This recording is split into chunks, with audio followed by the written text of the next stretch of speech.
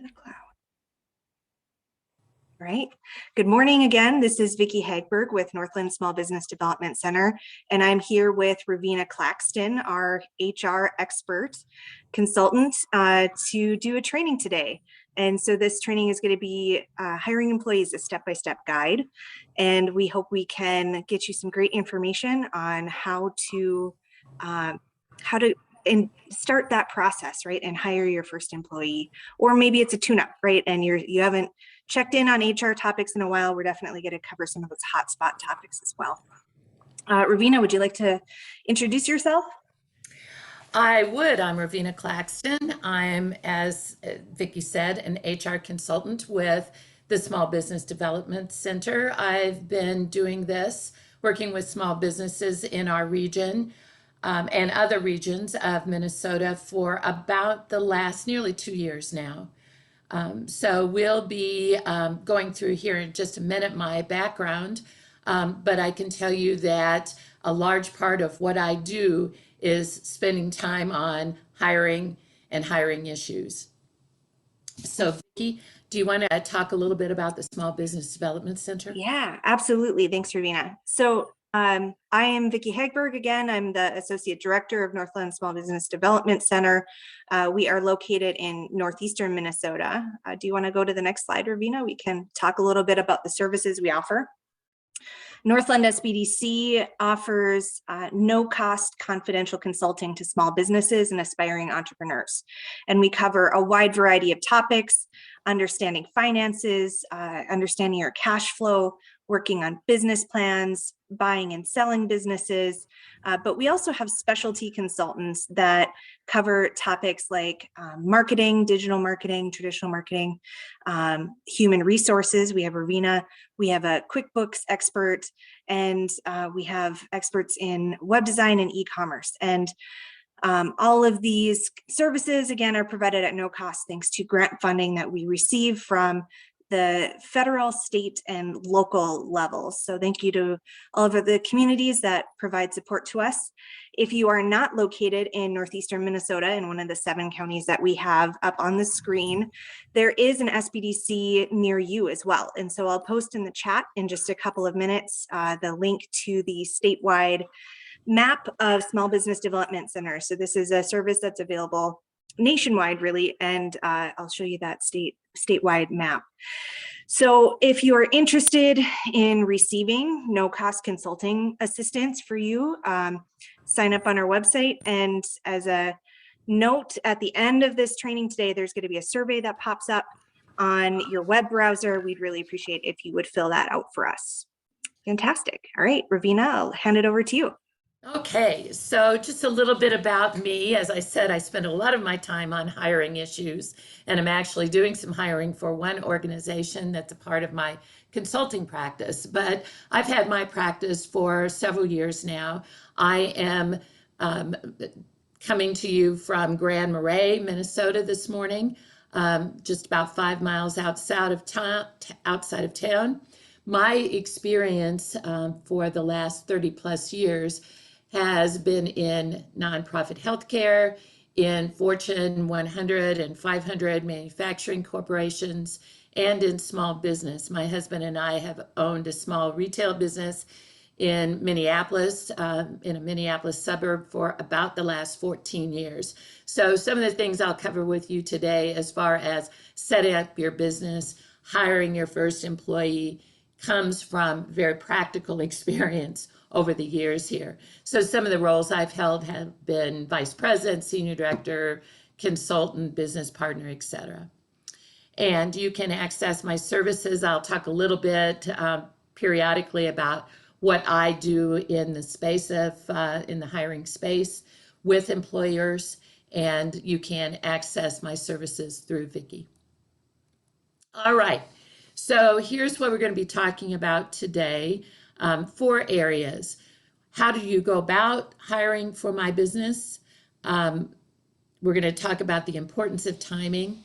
We're going to talk about the importance of planning while you have the time before your business opens and things can get crazy, especially if you're like we are in this part of Minnesota in the tourist business. Right now, we're in a hiatus where a lot of planning is going on for small businesses and startups. We're going to talk a little bit about your selection process, and then we're going to talk about some real live watchouts and hot topics at the end. There are things that are changing in the legal landscape right now, compliance landscape, both nationally and in the state of Minnesota, and we'll cover those topics quickly at the end, just so they're on your radar screen. Great. So with that, I think we have our first poll, Vicki.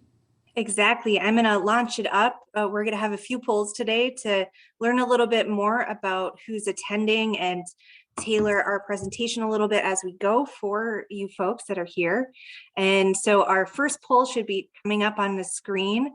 We're wondering how many employees you have at your business right now. And maybe that's none. Maybe that's just you. Maybe you have several employees already. And we'll give wonderful. That came in super fast. Oh, they're still coming in. Right. We will end the poll. And we have a great mix. I'm going to share the results briefly. And, you know, the majority of people attending don't have any employees right now, but we have several people that have maybe 1, 2, 3, 4, 5, or even more. So great mix today. Thanks for responding. Very good. All right. So the question of the hour, and the question that's on everyone's mind right now, is why is it so hard to find good people? And we've known that this is coming. The Society for Human Resource Management projected during the pandemic, through the surveys they were doing of employees and employers, that when the pandemic abated, there would be a tsunami of people leaving and finding other jobs. That's one reason why it's so hard to find good people right now. More than 50% in the surveys that were done during the pandemic said that more than 50% of employees plan to find new jobs when the pandemic was over, and a full 25% of the workforce at the time plan to quit their jobs post-pandemic. Now, why is that? There are a lot of different reasons, but one reason is that there is still some fear of contracting COVID out there. I still hear about this from time to time. That's prohibitive to hiring employees or getting employees to come to work. Some people said that it was because the shortage of employees and the difficulties employers were experiencing was because of the unemployment benefits that were enhanced during the pandemic. And while that is true, particularly if you made, some economists said and calculated, if you made less than $16 an hour, you were going to be better off on unemployment. So that was true some months ago, but now the recent data I saw as of yesterday was that unemployment is actually at an all-time low. Since 1970, we have not seen the low numbers that are on unemployment. It went from 18 million people during the height of the pandemic being on unemployment to 1.5 million today. So a dramatic drop. There are other factors that are out there. Up here in the Northeast Minnesota region that I'm in the Arrowhead, there is difficulty finding housing. There's difficulty for employees finding childcare. I have employers that have hired people to come work at very good jobs that are having to be put up in hotels because they can't find housing. Some people are holding out for their old job or a comparable job. Some people used the pandemic as an opportunity to really take a good look at their lives and go, maybe it's time for me to retire, or maybe it's time that I started that small business that I've always dreamed of, and I have some available funding to help me get that jump start on starting my own small business.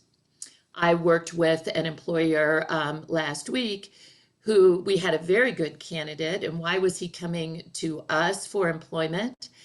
He was coming to us because he was currently employed, but during the pandemic, he had been transferred to a job where he got to be a mechanic doing preventive maintenance, and he found that he loved it. He got transferred there because the regular mechanic had to stay home due to COVID.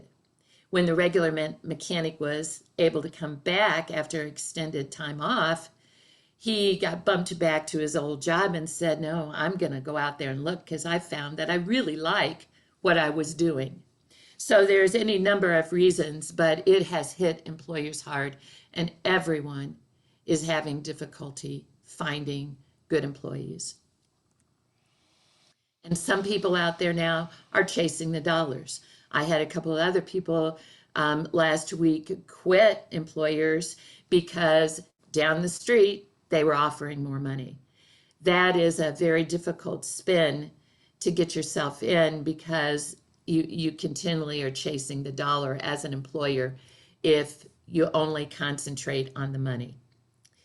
So that's why planning is so important. The first thing we're going to talk about is beginning to think about the work that has to be done in your small business. So what are all the myriad of tasks that have to be performed throughout the week? Thinking about your customer flow or projecting when you are going to be your busy times. What are the things that have to be done? Is there housekeeping and stocking that has to be done during downtimes? All of those things, it's important to begin to capture on paper and lay out the workflow so that you can decide this is going to be fundamental to scheduling employees and figuring out how many employees you need throughout the week. So what has to be done and when does it need to be done? It's also going to help you when you start thinking about all these tasks, everything that has to be done in your business, how you're going to structure your job descriptions. And we're going to talk about job description in a minute. Excuse me. So your hours of operation, the customer flow that you project, what duties have to be performed if you've got multiple shifts, if you've got an early shift, an evening shift, people come in at noon or early afternoon and work till close of business, close of your shop. So what are all those duties? Are there specific skills or competencies that an employee is going to need to perform those duties? Are you going to have part-time or are you going to have full-time employees? And this is one thing that I will say from experience in our small business. We have 3 employees in our business. We have had to, my husband used to make many schedules. I would ask him, what are you doing this week? Oh, I'm trying another schedule idea out. So it's not something that you necessarily can lock in stone out of the blocks in your new business. But one thing you have to decide is, am I going to target hiring part-time people or full-time people? Part-time people or full-time people are generally defined. There is no legal definition, but general practice is that full-time is defined as 30 hours or more. So that's generally how people or how businesses will describe full-time and part-time employees using that mark. Now, there are some advantages to full-time employees. Full-time employees are perceived to be more loyal, more committed. They are going to be clearly more expensive because you're going to have more hours to pay for one individual. There's an important consideration with full-time employees. They're much easier to schedule and count on in your business. Some people think that if I have full-time employees, I have to give them health insurance. Not true. You don't have to provide health insurance until you're at the 50 employee level or more. So that's something to consider as well. Although I'm going to talk about benefits in a few minutes, there are other things that are affordable that you're going to want to think about in advance. Part-time employees certainly are less expensive.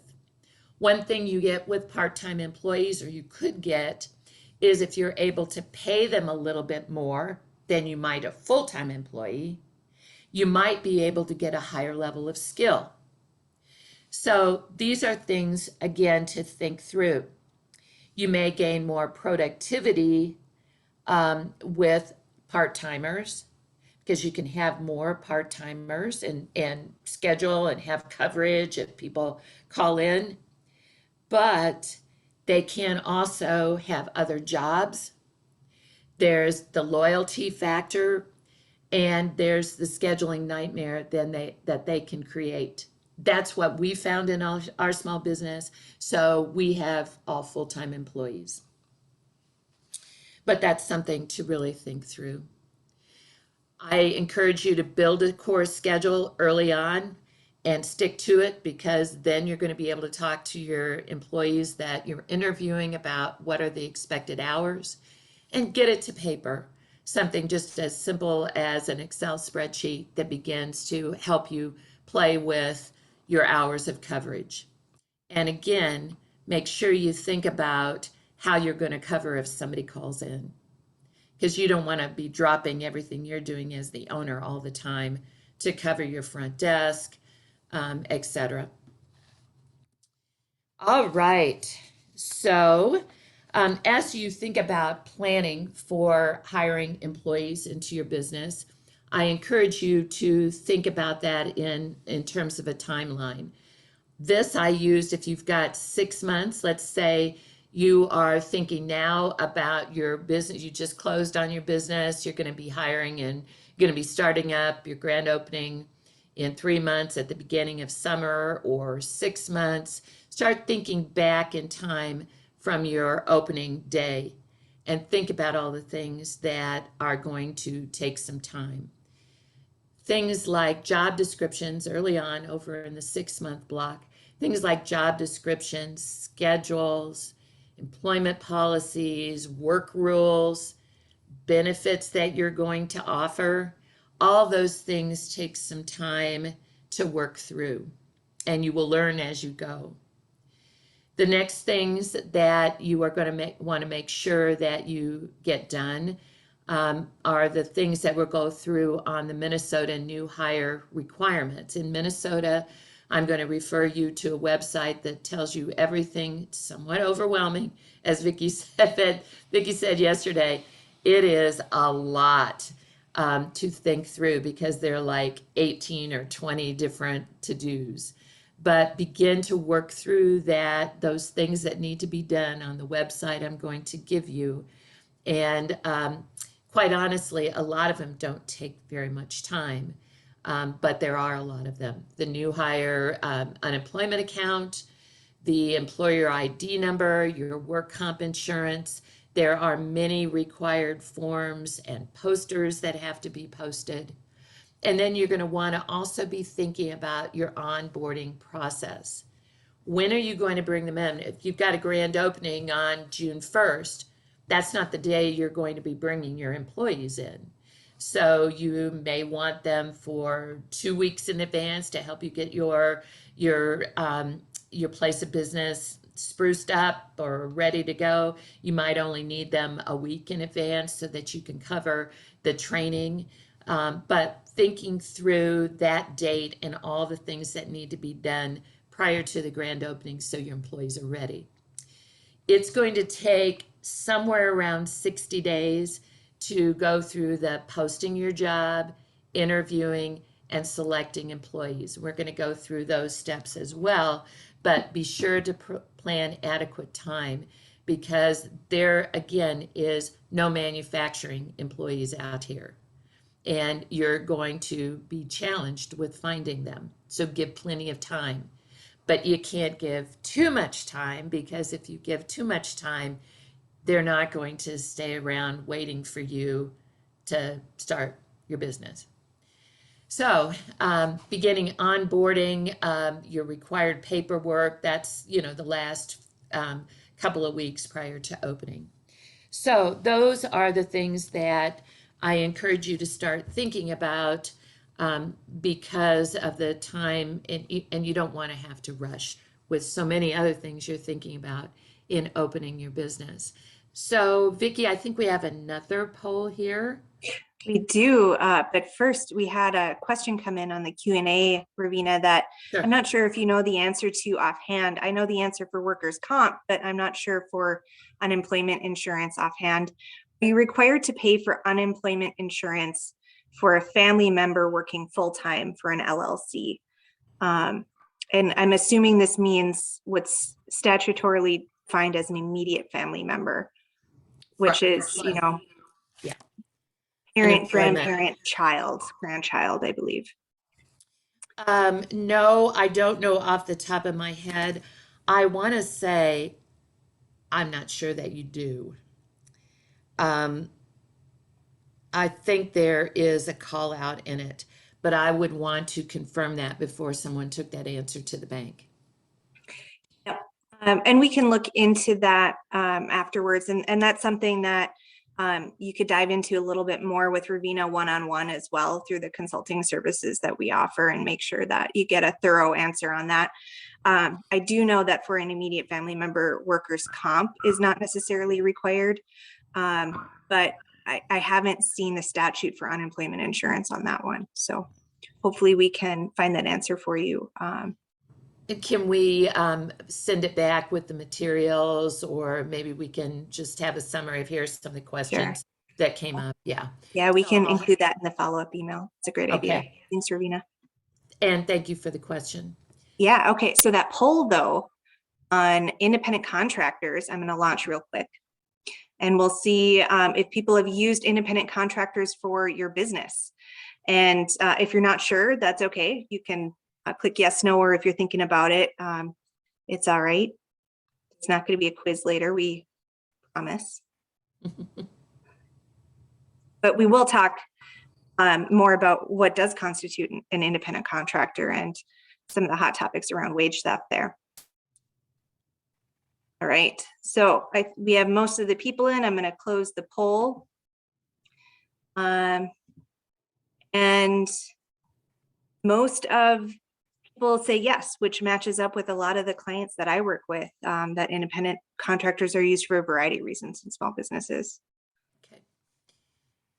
All right, so I am going to talk about independent contractors in a little different context, because sometimes I work with small employers that will say, I hired this cleaning service to do my, deep clean once a week in my business, or to do my windows or whatever. So I hire this service.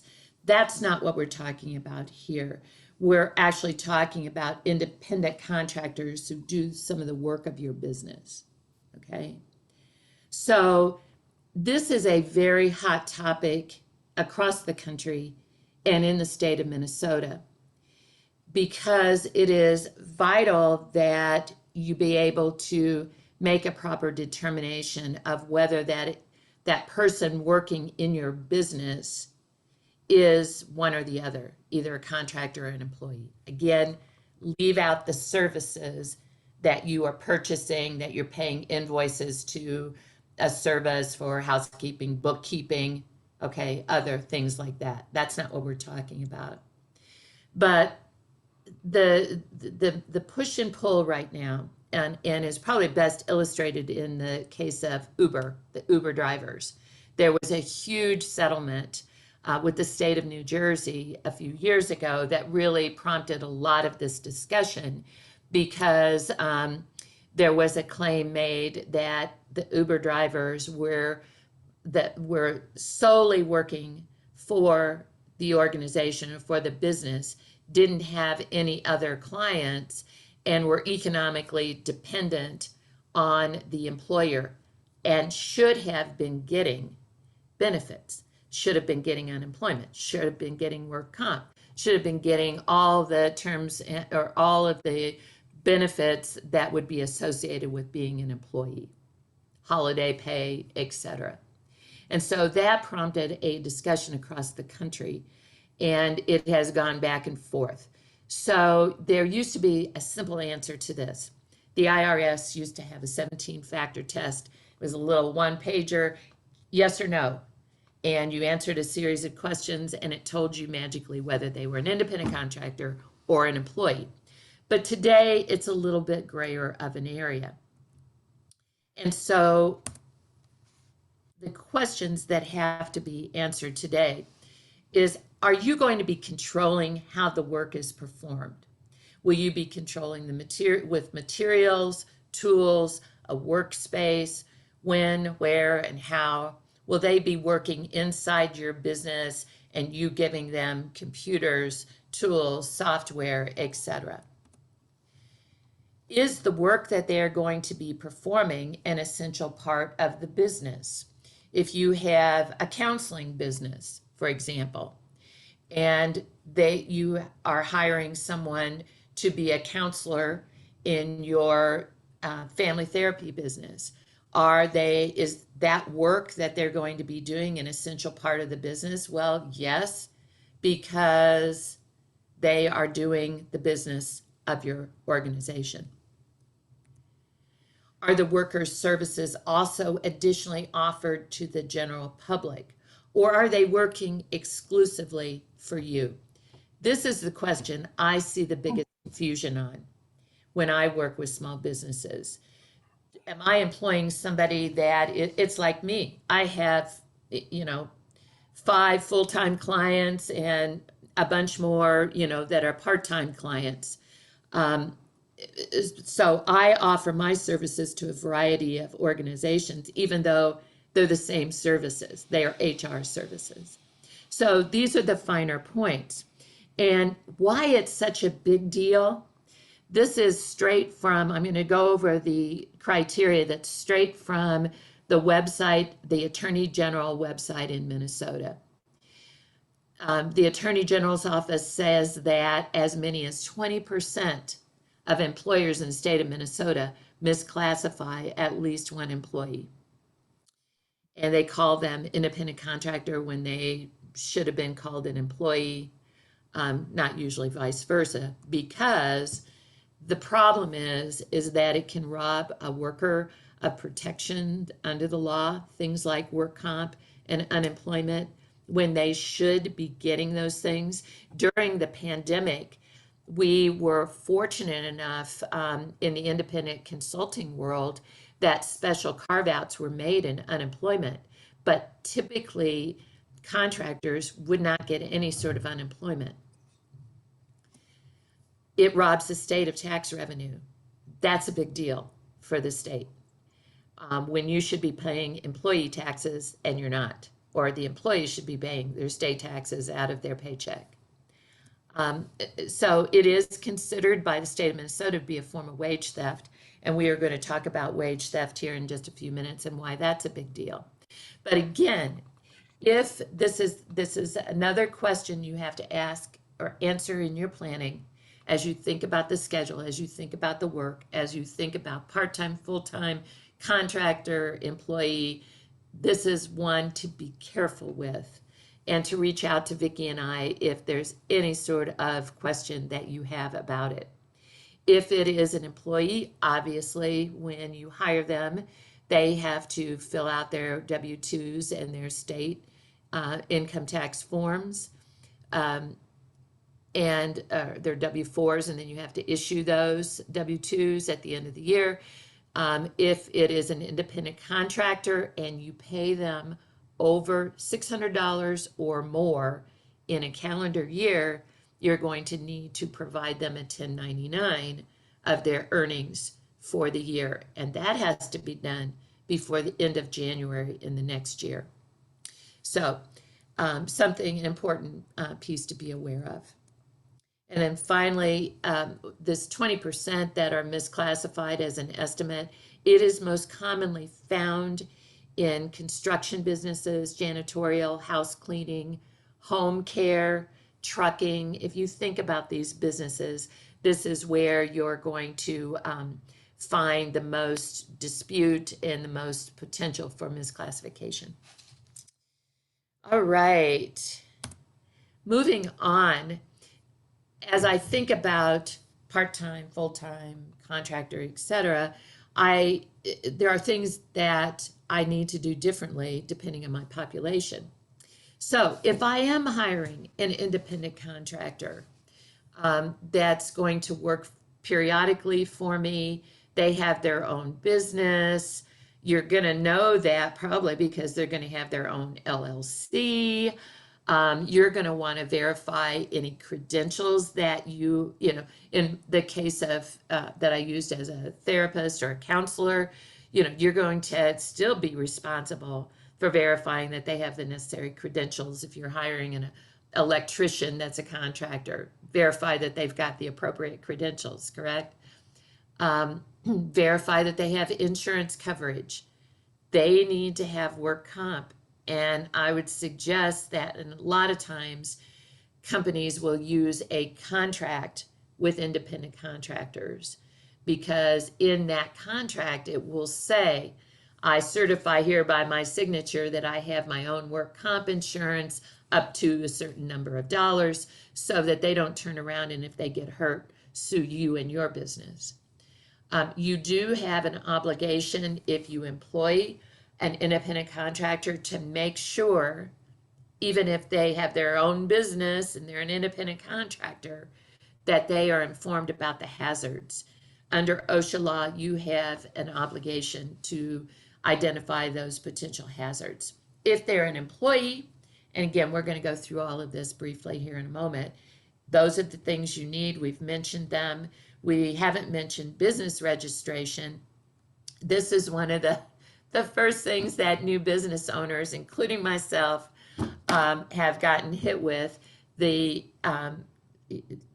business changes hands, or you buy a new business, or you start up a new business. The first thing you get to your home or to your email is, pay me, I don't know, what's it up to now, Vicki? $85, $95, and I will get you your business certificate through the state. That is unneeded. That is something you can do, and you will have to do each year, is to renew your business. There's a one-time fee early on to the state, but beyond that, you don't need anybody to do that for you. It's really pretty simple to do. Same with posters, and we're going to talk a little bit about that in a minute. But day one of hiring, or in that onboarding period, the last box speaks to the fact that you've got to make sure you've done the new hire reporting. We're going to talk about what that is.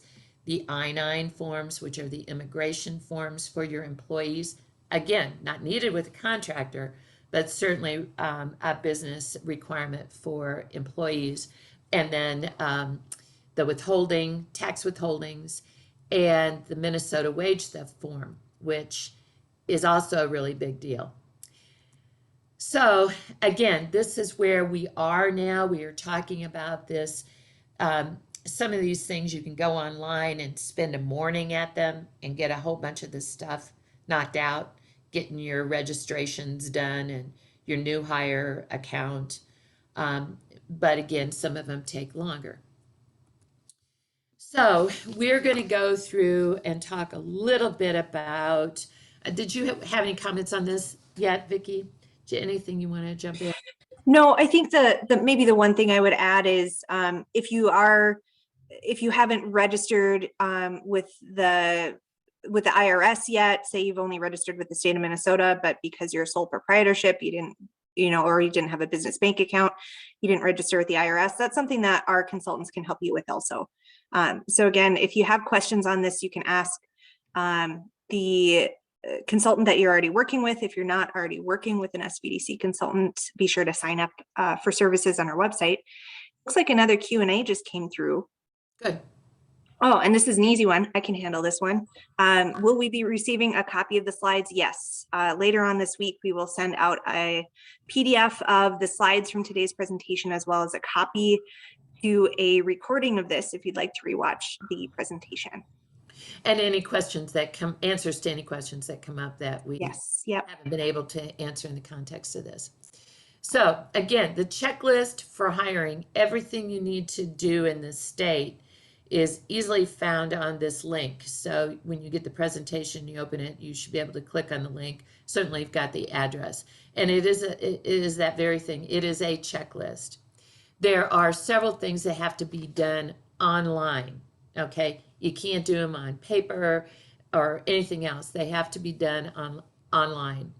These are one-time things, the federal employer ID number and the Minnesota tax ID number, and setting up your unemployment insurance account. That all has to be done online. And then there is something called new hire reporting. And funny story, when I first came into Minnesota and had a small business, working in a fairly small business, I got the new hire reporting violation notice that I hadn't done it. And I'm like, what is new hire reporting? Because that's a state run website and way of tracking employees that's done differently in different states. And I had never done it in Minnesota because I was a new resident. But what it asks that you do is you are required by law to report all your new hires and all your rehires, like if you laid off people or they're coming back to work for you seasonally. You have to do it within 20 days of them coming back on the payroll. And that allows Minnesota to track employees for support obligations that they may have. So they will find you if you don't do this, and there is a time frame. So be sure you have set that up and know what to do, because that's like every time you hire someone. And the link to that site is on the checklist too from Deed, Right. I believe. And so again, it's a state of Minnesota website, but I will say the URL looks a little different, and maybe I'll try to find that and paste it in the chat for folks as well. Good. All right. So the other things to do are to obtain work comp insurance and select a payroll provider. Now I want to say something about both of those. I frequently, and I know Vicki gets asked this question too, where can I get work comp insurance? Well, there is a state website that will tell you insurance providers, but it won't give you any recommendations. The first thing, this is what I've done for my business, and the first thing that I counsel employers to do is to check with your insurance provider that you have your other lines of insurance with, your business insurance, your general liability, even your home insurance. I mean, there are providers that I use a big national company, but they have a specialty area. It's not a big part of their practice, but they do provide work comp insurance. So those are some options. We can't refer or make recommendations, but we can tell you that there's a couple of places to check. As far as payroll provider, I'm going to let Vicki chime in here. From 14 years ago, we never wanted to do our own payroll, because it's not only are you having the part-time, full-time, the calculation of overtime, you're having to worry about taxes, getting that precisely correct. We always went to a payroll provider. We have a list of payroll providers that are out there, and they're easy to find. Vicki, you can talk about QuickBooks.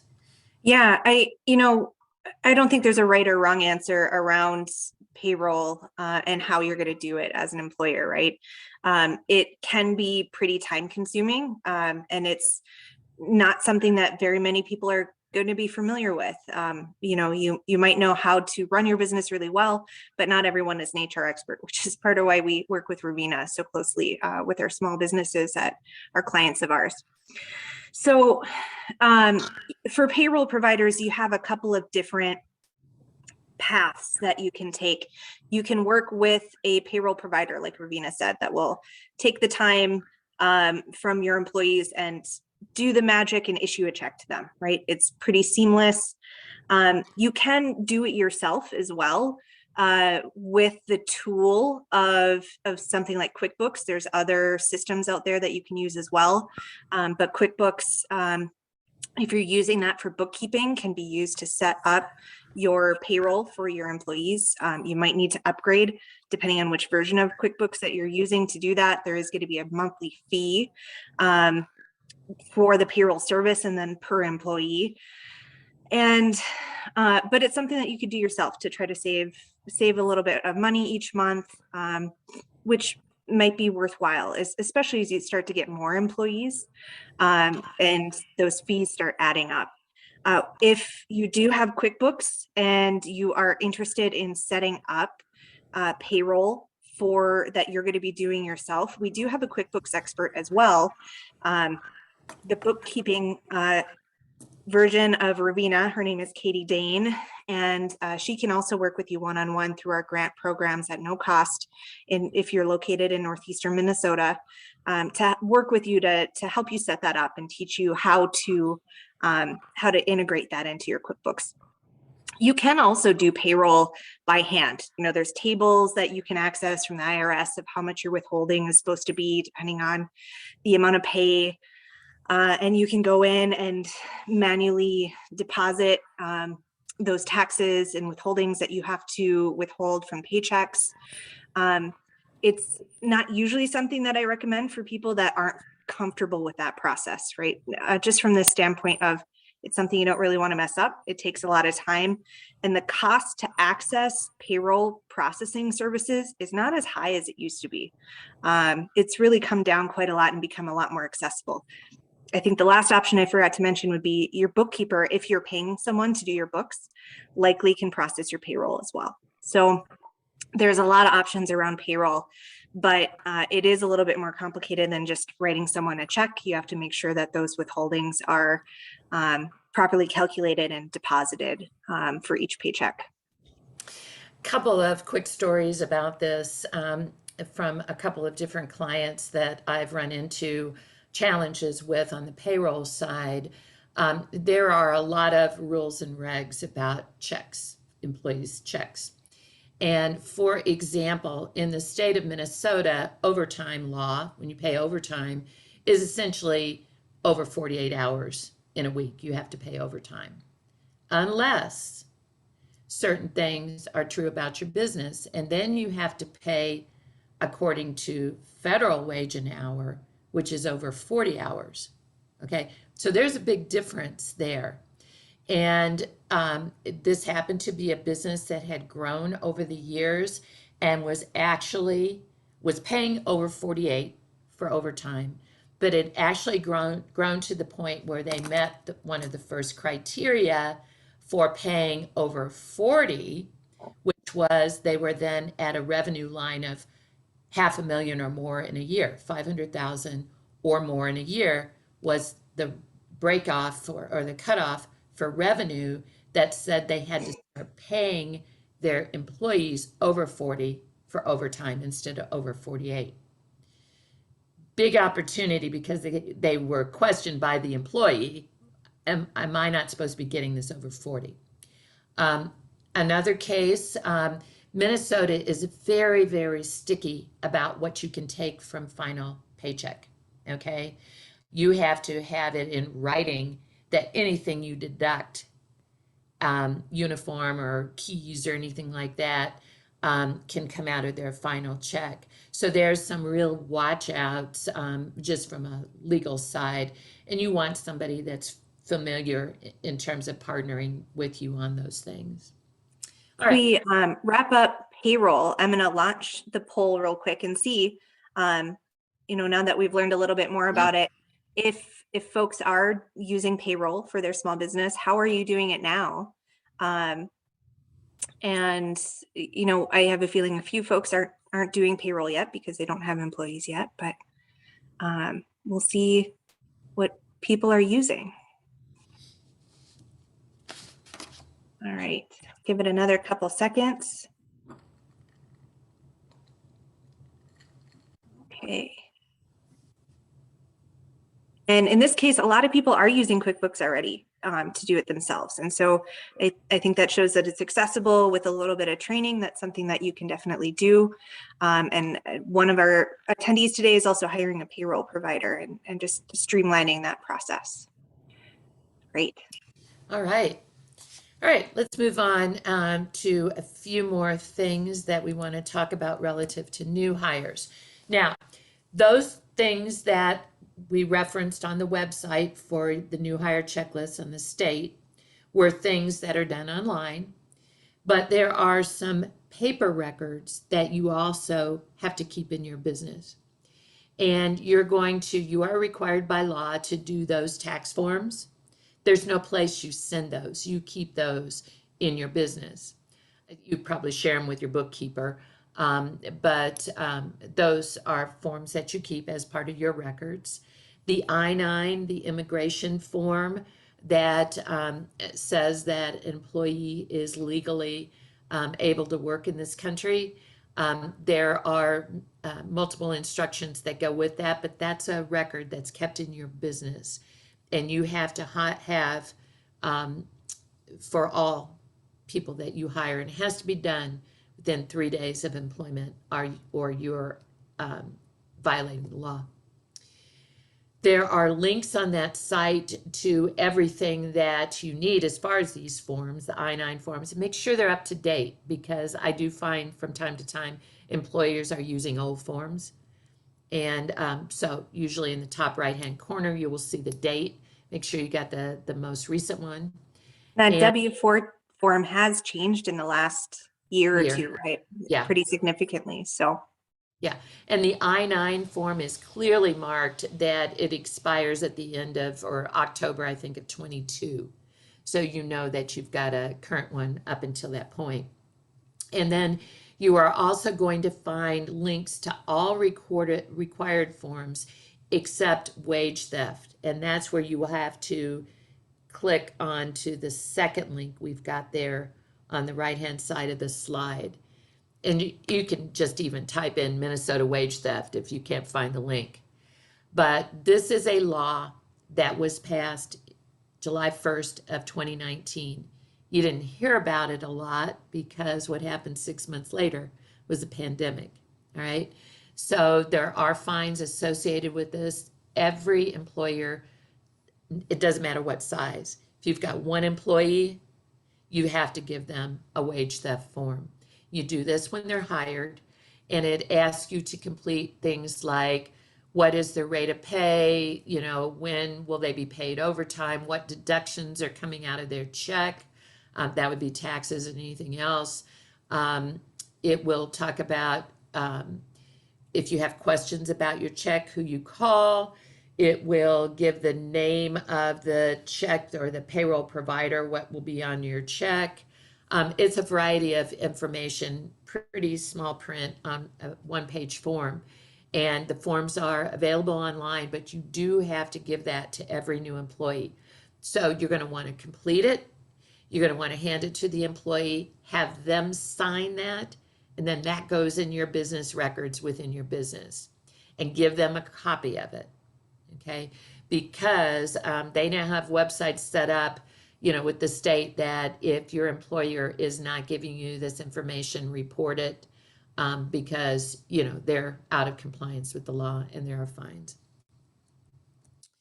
All right, so now we're going to turn our attention to some really different parts of the hiring process. We've gone through all the preliminaries, and now we're up to 60 days out or thereabouts, and we're going to talk a little bit about posting the job, interviewing, selecting employees. I want to mention that there are a couple of workshops already out on the Small Business Development website that are specifically concentrating on a couple things. One is on benefits, affordable benefits that you as a small employer can provide. We know you can't provide health insurance at this part of your business or at this part of the journey here, but there are a lot of other things that are of value to your employees. So we have a workshop on that. We have a workshop on hiring and retention that really delves deep into it. But I want to talk about some current themes. And Before we move on, Rovena, I yeah, actually have another question come in that I think you're going to be able okay, to answer for us. sure. The question is there a separate form for the W-4 for Minnesota, or is it just the federal W-4? No, I think there's a separate form. Okay. It's not nearly as complicated.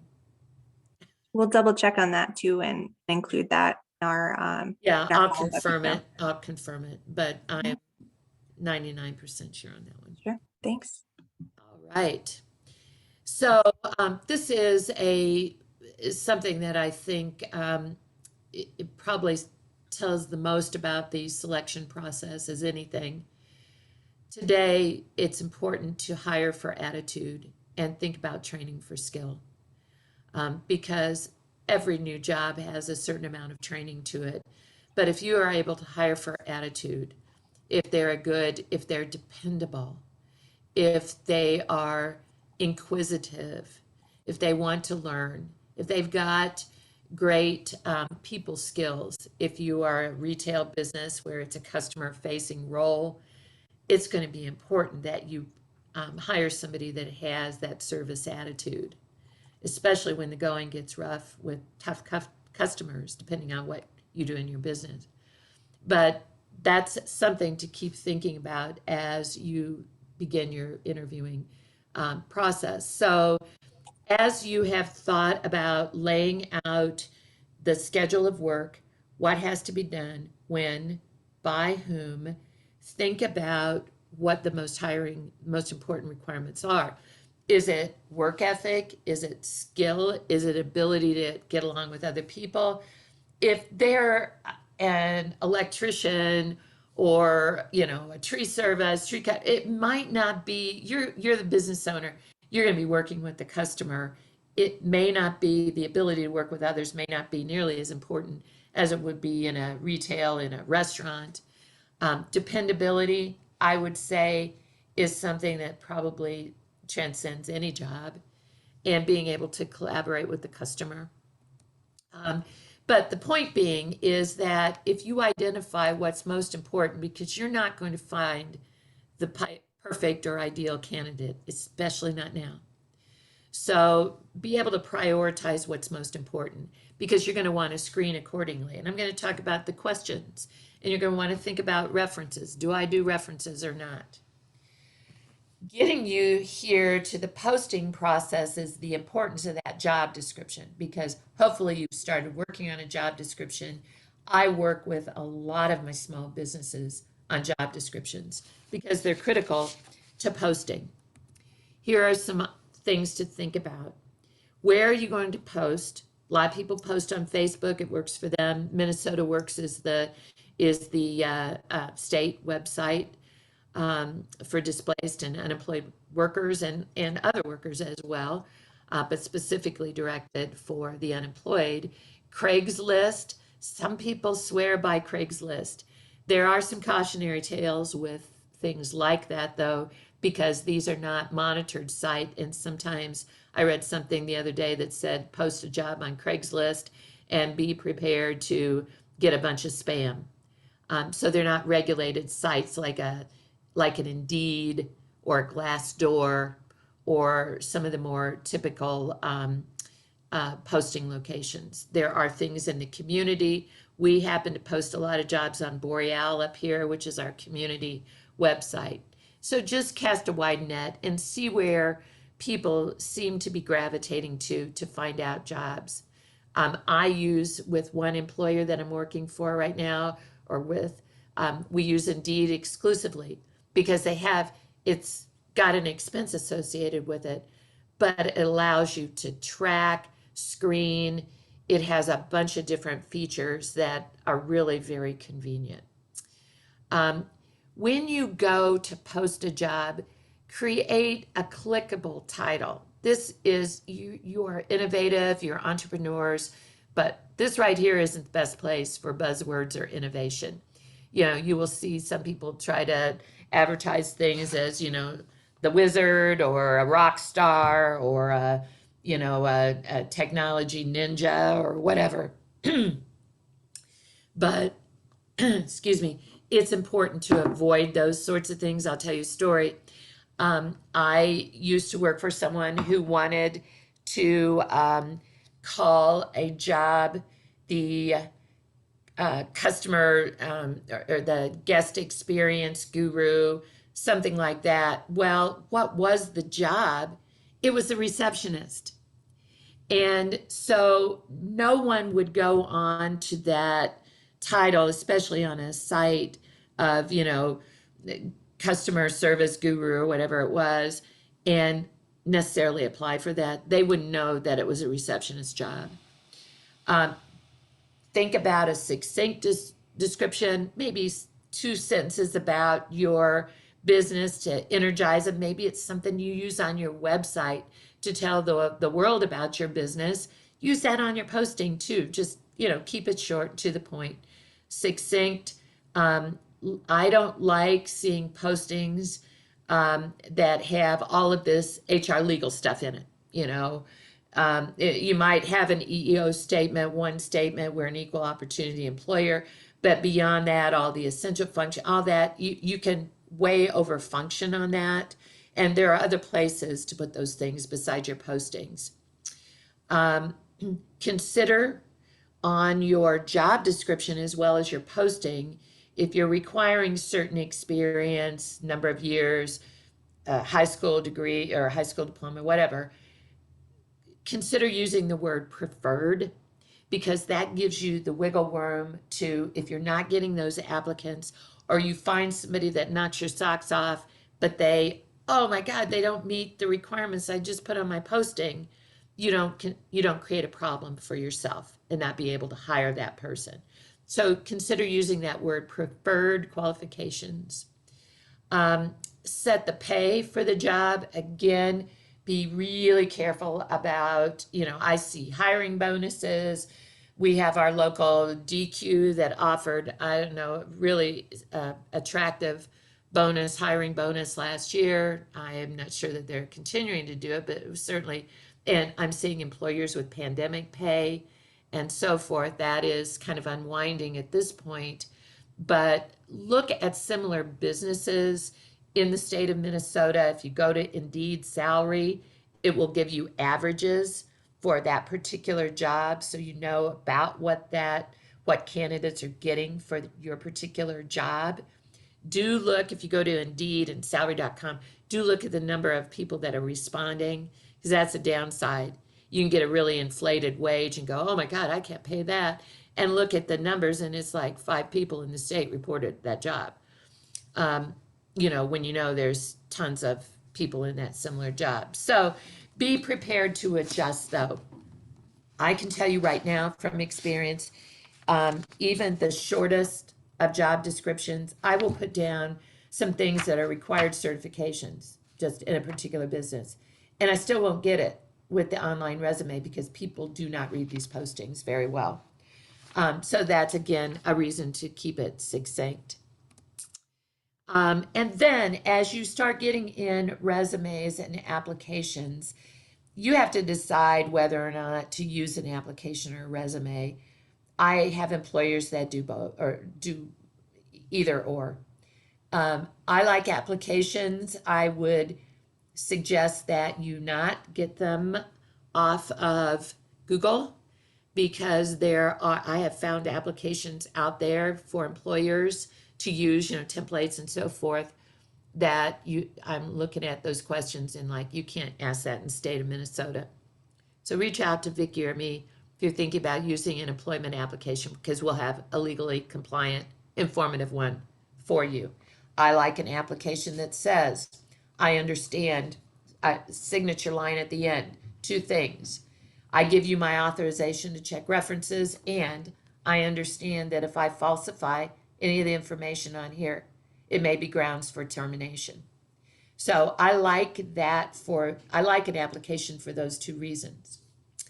On the other hand, on the resume side, asking a frontline worker, retail employee, maybe a very young, inexperienced person to do a resume, sometimes you don't necessarily get the quality of resume that you may expect that you're getting. But do, whether you use an application or a resume, do look at the detail of their responses. Sometimes you can see a person's attention to detail just simply by how they fill out an application or a resume, relative to their grammar, their spelling. Look for things like longevity in a role. Look for a job hopping, career progression, things of that nature. I apologize. And then pre-screen applicants. I would consider using a telephone interview prior to bringing them in for an interview. All right. And did you want to make any comments about resumes or applications, Vicki? No, I think you're spot on, Rovena. You really touched on that piece of not everything that you find on Google is going to be legal anywhere, let alone specifically to the state of Minnesota. Minnesota has, maybe it's fair to say, more labor laws than other states do, more protections for workers. And so, asking about criminal history, asking about, several other, and this goes into interview questions as well, right? There are questions you can ask and there are questions that you cannot. And so if this is something that you want to learn more about, again, I would just reiterate that working with Rovena can be a really great experience to help coach you and give you some training and tools around doing this if you haven't done it before. And so reaching out to your SBDC consultant, saying, hey, I'd like to work with Rovena, did a training, she's really great. Or respond to that email that I send out later on this week saying, yeah, I'd really like to connect with Rovena. Can you connect me with her? And we'll go through the process to do that. So at this point, you also want to be thinking about your interview questions. So again, if a skill is important, again, think about attitude and skill. But if skill is important and you want to question someone about it, tell me how you would, do preventive maintenance on this piece of equipment. Tell me how you would, do whatever tasks that you have at hand. Ask them to why, especially if you're looking for experience. Tell me how you would handle doing inventory effectively, or tell me how you would go about doing deep cleaning, etc. If you want to question if a work ethic is a vital quality to you, then you're going to want to talk about things like, and these are interview questions, these are things you want to ask every applicant, so you're not discriminating. And you want to be thoughtful about it and stick to your questions when you sit down with them. I like phone screens just to check out to make sure they have the minimum, but I can't underemphasize the importance of what you talk with them about in their interview. For work ethic questions like, what is important to you? What are you looking for on the job? What does having a good work ethic mean to you? What do you consider to be having a good day on the job? You can learn a lot about person from just these types of questions. Dependability, I always ask about transportation arrangements. Ability to get along with other people. Tell me about, and these are situational questions. They reveal a lot about applicants. Tell me about a time when you had to deal with an angry customer. What was the situation? How did you go about resolving it? Customer facing roles, extremely important question. Tell me about a time when you had a disagreement with another team member on the job or your supervisor. What was it about and how did you resolve the issue? Those things happen. Workplaces are very stressful places right now, especially during the pandemic and post-pandemic. So it's important to think about what you're going to talk with them about. Here are some other interviewing tips, and I see employers use this, and I think that these kinds of things are vital to think about as you're trying to select candidates to work in your business. This was an executive of a restaurant business called Martha's Table. And she said that I get a really good sense of whether I want somebody working in my business when I walk them through the place. Two key qualities to check for, she said, is a person generally interested in the work of the organization? Do they ask questions when you introduce them to other employees or you walk them around, let's say your restaurant? Do they treat people as equals regardless of their title as they're meeting people? Do they give good eye contact? Do they smile? Do they look around and ask thoughtful questions? Get that sense of their personality. Are they asking questions about things? Are they curious? And are they respectful and show interest in the job? So those are sometimes the subtle things, but also are the mark of someone you want in your business. And then most important of all is to remember that good candidates are perishable. I like to use that phrase because if you don't act pretty quickly after you've interviewed someone, they're going to find something else in today's environment. Case in point, I work with a business that was having a terrible time finding a skilled laborer, finding an electrician for their business. It was a full-time employee. And he got an offer from me on the spot that day. I got an offer letter out to him, and he accepted within a couple of days. Because studies have said that the average time that any candidate is available, that's whether they're good or bad candidates, is 10 days. That's how.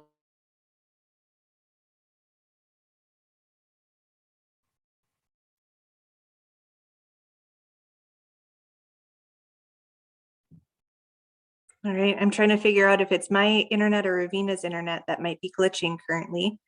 It looks like it might be Rovena's, but to that point of 10 days as a point of time, they are probably not in a situation, and thanks for the feedback, Josh, on whose internet is going out. I'm glad you can still hear me. They're probably not applying to just your job and just your position. They are probably applying to several, right, at the same time. They, unless, generally speaking, right, that's going to be the case. So being willing to and able to move pretty quickly is going to be essential to hopefully getting a good candidate that's going to be a fit for your business.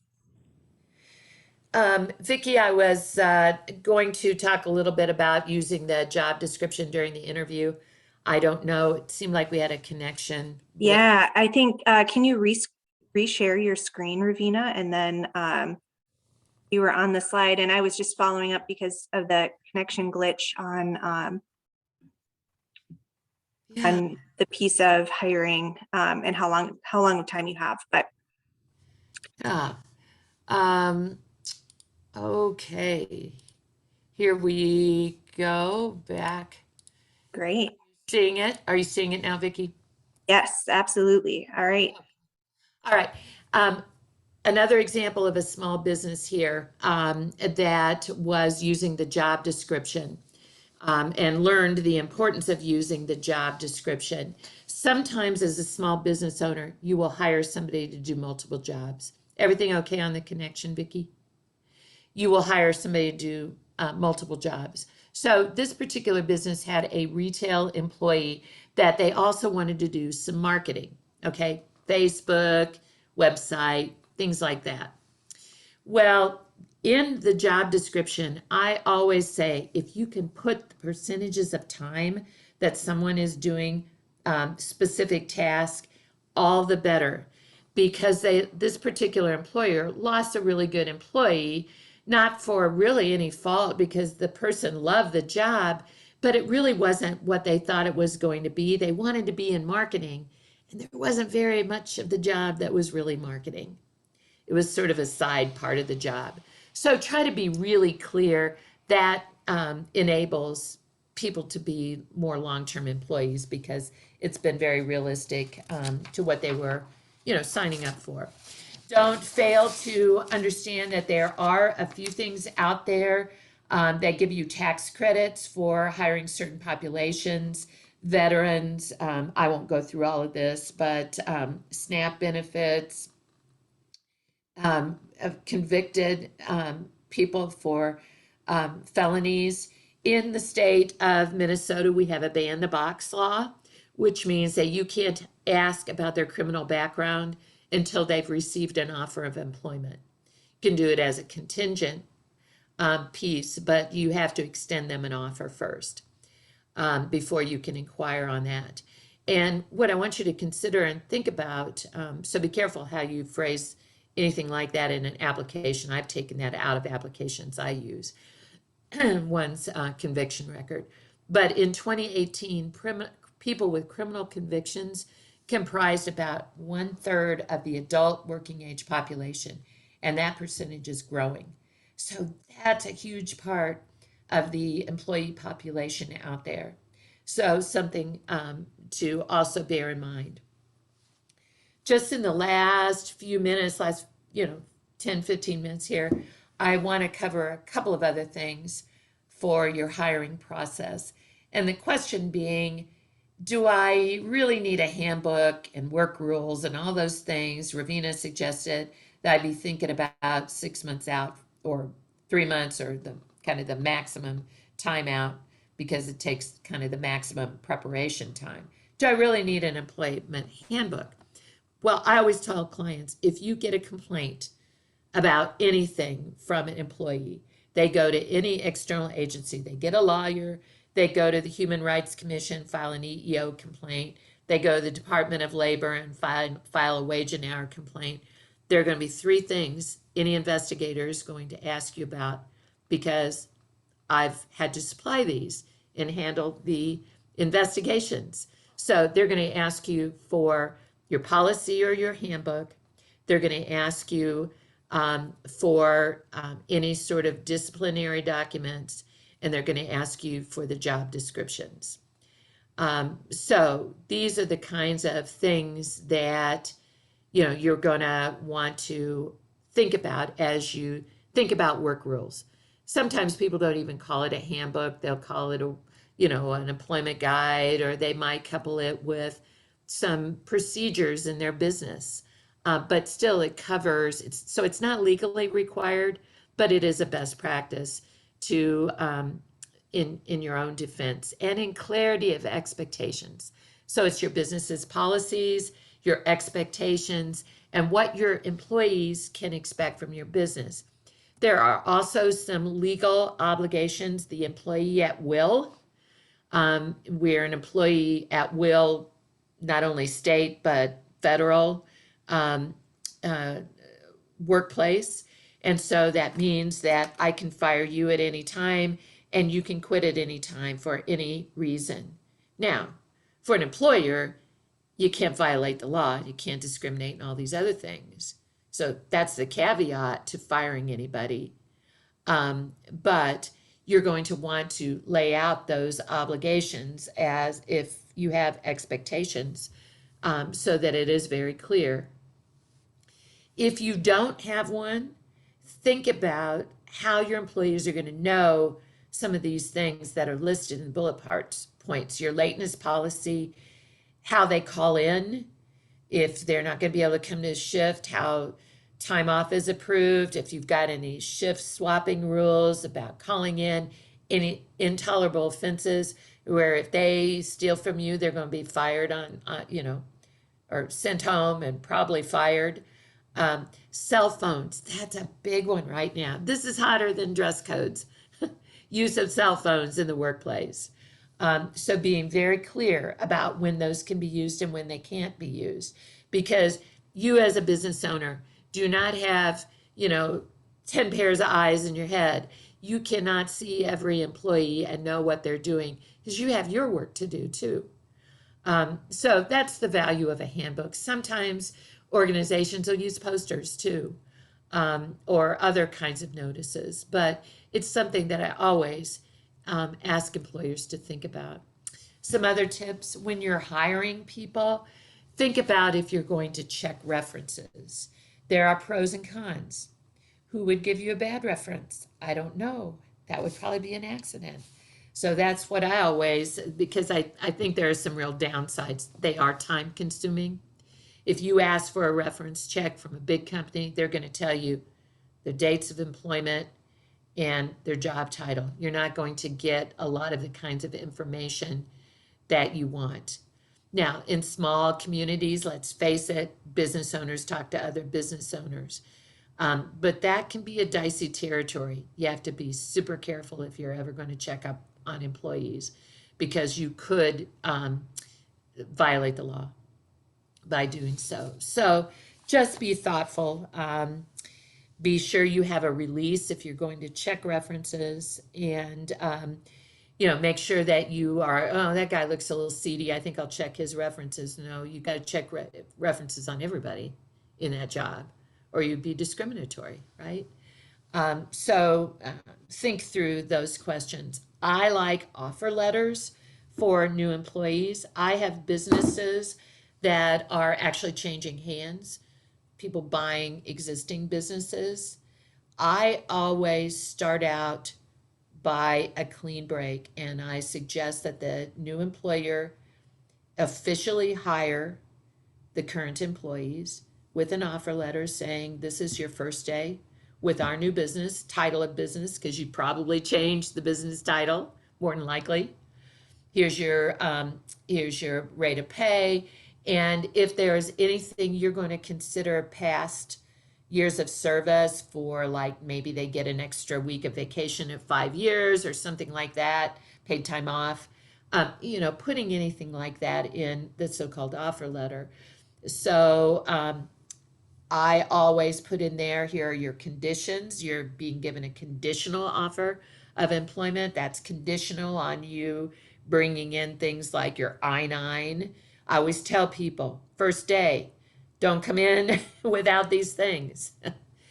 That at-will employment statement, I generally put in an offer letter. I can give you a template if you like offer letters. I find them of value and in being very clear on expectations. So start date, rate of pay, time to respond date. Don't give them open-ended offers. I need to hear back from you by the close of business tomorrow. Give them the weekend to think about it, whatever. But do put a timeline on it. Otherwise, you'll be hanging out in the wind, not knowing. Consider using a rejection letter. That, especially in small communities, and it can be very innocuous. It can be, we've decided to move on with other candidates. We thank you so much for your interest. It's a PR thing as much as anything, because you don't necessarily think favorably of an business if you've applied and I never heard anything. So then, just finally, in the last few minutes, remember that onboarding is also key to retention. The experience they have from day one in your business. A first day to remember, that's where you can be creative. You weren't creative with job titles, but on your first day, give them a bag of branded items from your business, connect them with a mentor on the job. I've seen employers do welcome signs, be sure everything is ready for them. If they need a computer or they need, what I want to say, work clothes, things of that nature, be sure that anything you're supplying is all ready for them. Consider things like a team lunch or treats. It is a time really to put out the welcome wagon for new employees, because they are so valuable to your business right now. You just can't say it enough. I like to encourage employers to use stay interviews and performance feedback. Some would say people should be getting 30, 60, and 90-day feedback about how they're doing. Also ask them, though, is there anything that would cause you to leave? If you're sitting down with them formally, bring it back to your office, want to talk a little bit about how things have been going. Are you getting the support? How do you feel like you're doing? here's my observations of your work. It's a really critical time, and you can also find out if they're happy on the job, because there's magic to that question. Studies have shown, is there anything that would cause you to leave? You may not be able to fix it, but you're going to have a heads up that maybe they're unhappy about something. I also like to start people a little bit less than where I want them to be in their pay, or where I can afford them in my budget to be in, let's say, 6 months or 3 months. Think about how long it's going to take them to learn the job. But I like accompanying maybe that 30 or maybe the 60-day performance feedback with a merit bump. Maybe it's 50 cents, but that gives people something to work for and look forward to. You don't make any promises, but people know that I'm going to be paid based on my merit. All right, so again, the magic question, is there anything that might prompt you to leave? All right, so that is going to complete the workshop today on hiring employees, but I did want to close with a few current topics, hot topics.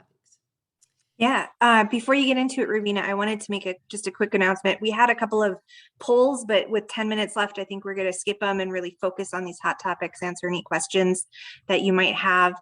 And again, there's a survey that's going to pop up as you exit the webinar today, and we'd really appreciate it if you'd fill it out. Let us know what kind of training you might be looking for in the future, and we would be happy to schedule that in for folks. So things that you may not know about that are hot topics besides independent contractors, that's one of the hottest topics. But the fines have increased for employers that do not post required postings. And the nice thing about that new hire checklist site that I gave you the links to is that if you scroll way down toward the bottom of the page, you'll start seeing some links to required posters, and it will take you to the federal required posters, and it will take you to the state required posters, both links if you just keep on clicking. And it will give you PDF versions of them.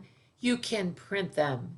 You can, go to your local printer and, print them even in poster size, or you can simply print them from your color computer and put them in a plastic sheet and post them on your bulletin board. But they have to be in a visible location for your employees. And for example, the OSHA employee rights for safety on the job is a $14,000 fine if an employer doesn't have them posted.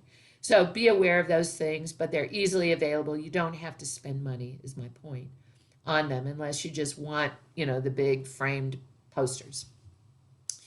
There is a continued focus on employee classification. There is discussions at hand about the true definition of an exempt employee, which is when you don't pay overtime to, and a non-exempt you pay overtime to. Currently, you cannot call anybody exempt from overtime unless they make at least $17.10 an hour. Okay, there is a proposal now to raise that to $22.83 before you can start calling them exempt from overtime. That's going to really increase the wage base. And, there are a lot of reasons, whether it's increased inflation or whatever, for that. But that is something to continue to be aware of, what the definition of exempt status is. And then just a recent law, some of you may have handbooks or know about the nursing mothers statute, which says that if you have mothers that are nursing, coming back into the workplace, you have to provide them a location to do so, and it has to meet certain criteria. That's under Minnesota Women's Economic Security Act. But the change that was made January 1 of 2022, which a lot of my employers were not aware of, is that you used to be able to say this is reasonable unpaid breaks. These have to be paid breaks now. So you cannot deduct pay for a nursing mother who, for the purposes of lactation break. So you can't deduct pay, it has to be paid. All right, so that brings us to the close, and we're 5 minutes out from our end time, Vicki. So what else do you want to cover? Are there any other questions at all? We have a couple of things to follow back up on. One is to get you the slides and other information. One is to follow up on the unemployment insurance for a family member working in a business. Is there anything else? Yeah, I had sent out in the chat earlier about the Minnesota W4 form, the W-4MN. Rovena is correct. There is a specific form in Minnesota. Minnesota is one of like 5 or 6 states that still has a separate form that they use. And we also just had a question come in the chat to us as presenters, asking about where they could find that poster information. And so I just put that in the chat. DEED has a page specific with poster requirements for a link to the federal poster requirements as well as state poster requirements. So just reiterating, you don't have to pay $100, $200, $300 for those posters. You know, they're nice, they're laminated. You might want to, depending on your work environment, right? Where if it's wet or something like that. But definitely you need to have those posted. One question that came up in a previous webinar that I thought was kind of interesting in the world of remote work and work from home is, how do you share, your employee manual, these posters when you have a work from home environment? Some tips that I've seen on that, providing a paper copy, right? So sending your employees a binder of that information, but also having, if you have folks that are working remotely as your employees, you probably have some sort of shared file structure online. Having a specific folder that is available at any point in time with all of those flyers posted in it, I think is a great idea as well. The most fundamental thing about that is that it is available. Mm-hmm. It is continually available for their, use and to be able to go to for reference. Yeah. Great. Well, I don't see any other questions coming in, but again, if you could fill out the survey if you're attending as you exit the webinar, look for an email from us later on this week with the slides, a copy of a link to the presentation recording as well. And it looks like someone may have raised their hand, but we'll wait a second and see if they have a question for the chat. And thank you, Rovena, for all of the information today and the time that you've taken to put together this topic. I hope that our attendees found it useful, as well as understanding that if they're located in Northeast Minnesota, that they can work with you one-on-one at no cost, thanks to our grant programs that we have in our community and state and federal support. So I hope people take advantage of that and work with you one-on-one to develop that packet of info they're going to need for their new hires. Right. I can work with you on anything that we have covered here today. Mm-hmm. But we tried to give you an overview of everything that is really vitally important in hiring, because it's tough right now. There's no way to not make it tough, unfortunately. So being prepared is vital. Yeah. Thank you again for your attendance today. And as Vicki said, we'll be sending out follow-up. Great. At this point, I'll end the recording